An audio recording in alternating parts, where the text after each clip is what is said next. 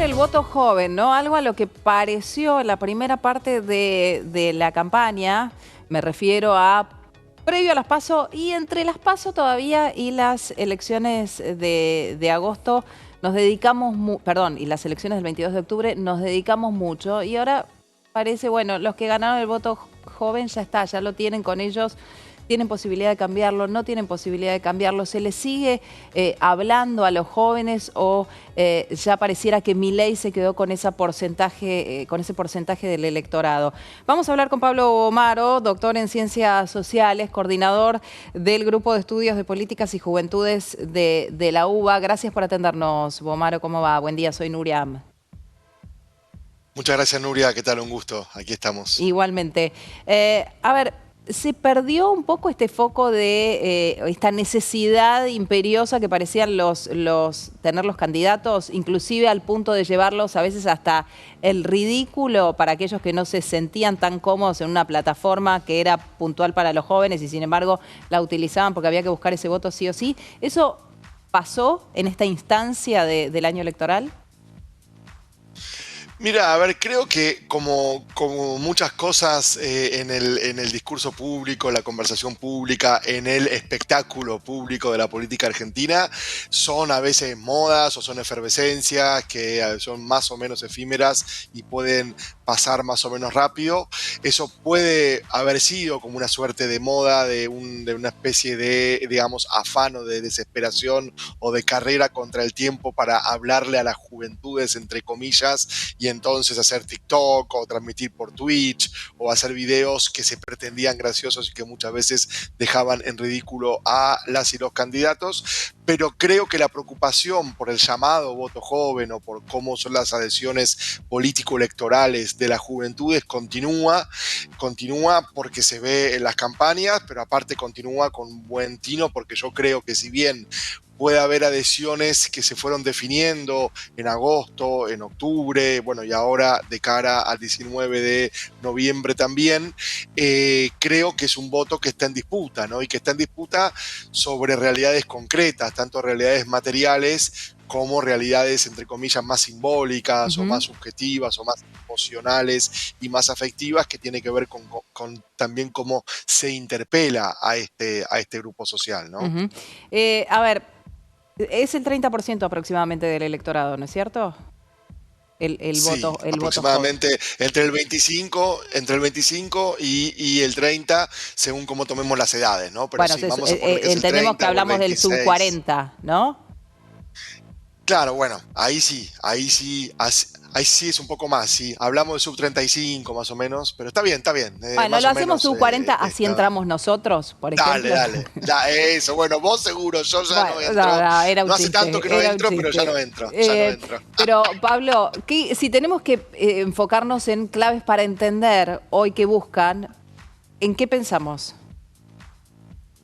A ver, creo que sobre todo las juventudes lo que buscan a nivel de discurso político y de interpelación pública es ser escuchados, ser Ujú. reconocidos, ser tenidos en cuenta, sentir que los candidatos o los referentes se ponen en el lugar de ellos, es decir, sentir empatía, ¿no? Que como yo digo a veces, empatía no es ni antipatía, que es ponerse en el otro lado, en las antípodas, ni simpatía, que es idealizar o pensar que todos los jóvenes son buenos, son idílicos, o que en el discurso juvenil está la verdad, el camino y la vida. No, es empatía, o sea, ponerse en el lugar del otro, Ujú. sentirse que me hablan a mí y que conocen y que viven mi realidad, ¿no? Entonces creo que esta cuestión de la empatía es algo que pasa muy poco entre los candidatos y sentirse escuchados, sentirse reconocidos, sentirse interpelados. Eso a nivel de discurso público. Por eso muchos candidatos en redes sociales, Nuria, como vos misma comentabas, hacían el ridículo, porque la red social tiene un carácter dialógico, o sea, lo que más nos interesa son las interacciones en la red, que me pongan me gusta, me encanta, que me retuiteen, que me pongan favorito. No, la red no es una especie de cañonera o de emisor de mensajes unidireccionales. Ya lo sabemos eso, pero Sí. muchos candidatos pensaban que solo filmando un TikTok y transmitiéndolo hasta el hartazgo o transmitiendo algún acto político por Twitch, ya le hablaban a las juventudes, y por supuesto que no es así. Entonces digo, la cuestión dialógica, la cuestión de sentirse escuchados, interpelados, reconocidos es fundamental. Esto a nivel más, digamos, emocional, afectivo, pero también por supuesto que hay una realidad material, ¿no? Hay una realidad material de precarización de las juventudes, yo diría de precarización o deterioro de las condiciones de vida en general, pero que sobre todo se ve en las juventudes, que también configura malestares, configura enojos, configura rabias, y eso puede direccionar para un lado o para el otro ciertas adhesiones políticas, ¿no? Ahora, te quiero preguntar, Pablo, leyendo un poco tu artículo en Anfibia, vos hablás de las condiciones de trabajo que se fueron degradando con el correr de los años, de las condiciones de pobreza, el del desempleo. ¿Ese es parte del discurso que los jóvenes dicen no nos escuchan? Porque la mayor parte se la llevó Milei, pero Milei habla de eso, de qué va a hacer con el trabajo, qué va a hacer con el desempleo, qué va a hacer con la educación en deterioro. No, Milei no habla de eso. A ver, dos cosas. Eso es parte, no solamente la situación de precarización, sino sentir que les dan una respuesta hacia eso. O sea, a ver, lo digo clásicamente, si la respuesta a los problemas de trabajo juvenil va a ser dar cursos de capacitación para jóvenes o talleres de empleabilidad, como Sí. muchas veces se da, eso no va con la juventud, eso no interpela a ningún joven.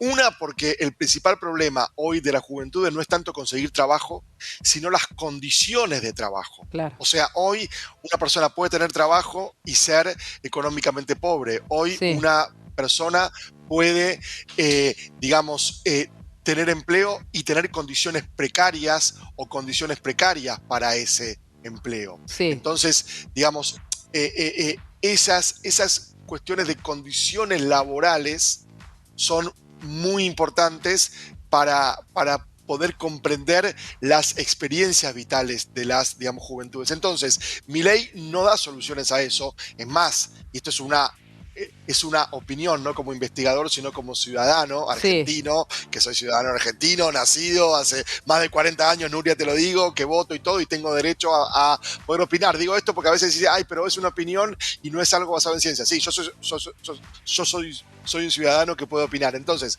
como una opinión, Milei no va a mejorar estas cosas, las va a empeorar. Esa es mi opinión personal. Sí. Ahora, como investigador, tengo que decir que lo que hace Milei es tener una astucia para enfocar a los responsables de esa situación de precarización juvenil a un grupo político, aunque ya no habla más de casta porque se alió con la casta, se unió con la casta, pero su discurso de casta sigue en el imaginario colectivo, promete salvaciones individuales fáciles, ¿sí? Promete una salvación individual fácil y tiene eslogan o consignas que prenden. Pero esos eslogan o esas consignas que prenden es porque supo captar esta realidad y la supo reconocer.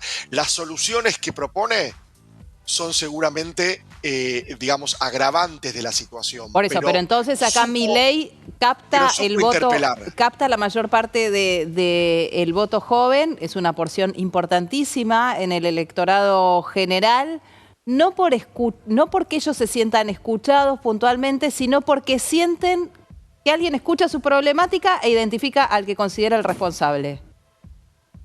Exactamente, sienten que alguien les habla a ellos directamente. No les habla con excusas, Sí. con decir vamos a hacer lo mismo que en 2015, 2019, pero ahora más valientes, peor y con más fuerza, porque yo tengo la fuerza que no tuvo el presidente en el 2015, 2019. No les dicen vamos a volver a los años felices pre-2014 y olvidémonos que hubo un presidente 2019, Sí. 2023, Sí. sino que les dice ustedes están mal, están pésimos y los culpables de que estén pésimos son estas personas y la solución mágica para que dejen de estar mal es esta. Entonces, ese discurso que parece, uno dice, pero ¿cómo? Los jóvenes no son tontos. ¿Por qué? No, porque es un discurso que les interpela en su realidad concreta. O sea, le dice, ustedes están precarizados. No les dice, ustedes van a tener un derecho que no tienen y entonces todo un artilugio discursivo. Creo que esas cuestiones de interpelación más directa, más llana y de sentirse escuchados son muy importantes. Igualmente,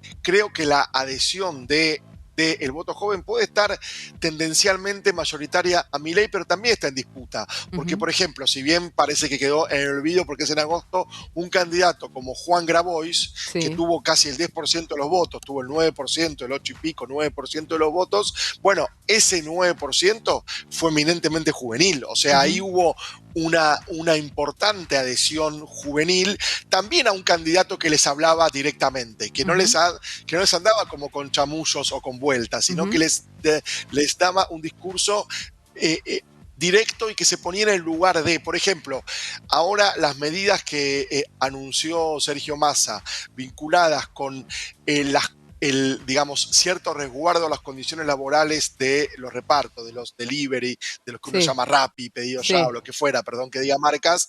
Bueno, eso tiene que ver con ponerse en el lugar de. O sea, no es prometerles que van a tener un trabajo formal como en los años 80, digamos, Ujú. sino es saber que ellos pasan horas a la intemperie. Hoy llueve, hay viento, al menos en la ciudad de Buenos Aires, Sí. y ellos están repartiendo con sus motos o con sus bicicletas. O sea, ahora hay gente andando en bicicleta y en moto trabajando de delivery. Vos tenés que ponerte en el lugar de ellos. Ujú. Vos tenés que poder decir, yo sé cómo ustedes están viviendo y no les voy a prometer un regreso al pasado. Les Sí. voy a prometer mejores condiciones hoy y futuro. El discurso de futuro también es importante. Sí, mostrarse empáticos. Me quedan temas por preguntarte, la pandemia, cómo afectó hoy en la orientación de ese voto también, porque estamos hablando de chicos que fueron afectados por una situación ultra excepcional en el principio de utilización de sus libertades personales, ¿no? Cuando el mundo empezaba a abrírseles para hacer uso de su libertad, se encontraron encerrados.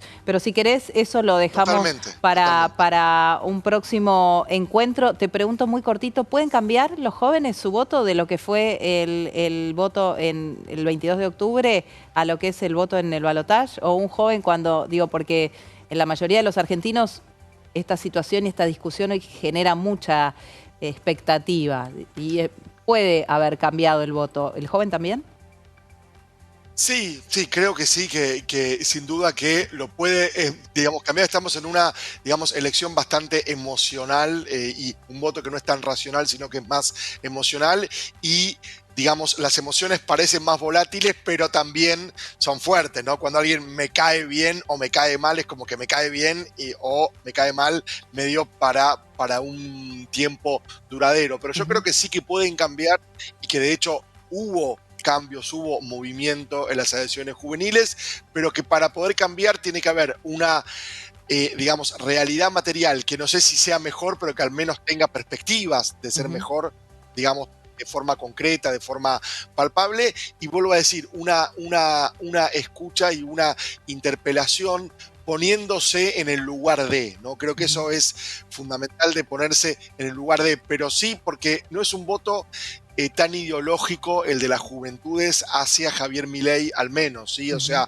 es un voto y eso digo, digamos, en el artículo y hay estudios que muestran que las adhesiones a las políticas públicas de juventudes, de bienestar, sobre todo en la trama de políticas públicas pre-2015, sigue siendo alta entre la juventud. O sea, Ujú. jóvenes preguntados si están de acuerdo con la UH, con el progresar, con el conectar igualdad, con la universidad gratuita, con el matrimonio igualitario, digamos, porcentajes mayores al 75, 80% te dicen que sí, Ujú. que están de acuerdo con esas políticas públicas y que quieren que continúen y que se fortalezcan. Ahora, esos mismos jóvenes preguntados por qué votan, bueno, digamos, ahí los porcentajes son mucho más distribuidos o cambian. Por lo tanto, creo que hay una brecha Bien. ahí, pero tiene que ser una brecha que les interpele, no una Ujú. brecha de un discurso feminista o de un discurso nostálgico Ujú. o de un discurso que solo pone excusas, porque si acá algunos tienen hijos, hijas,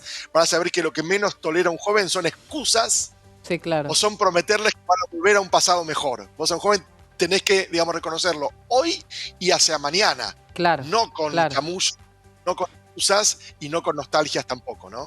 Pablo Omaro, doctor en Ciencias Sociales, gracias por este contacto con Carale. A vos, Nuria, cuando quiera. Que Muchas tengas muy gracias. buenos días.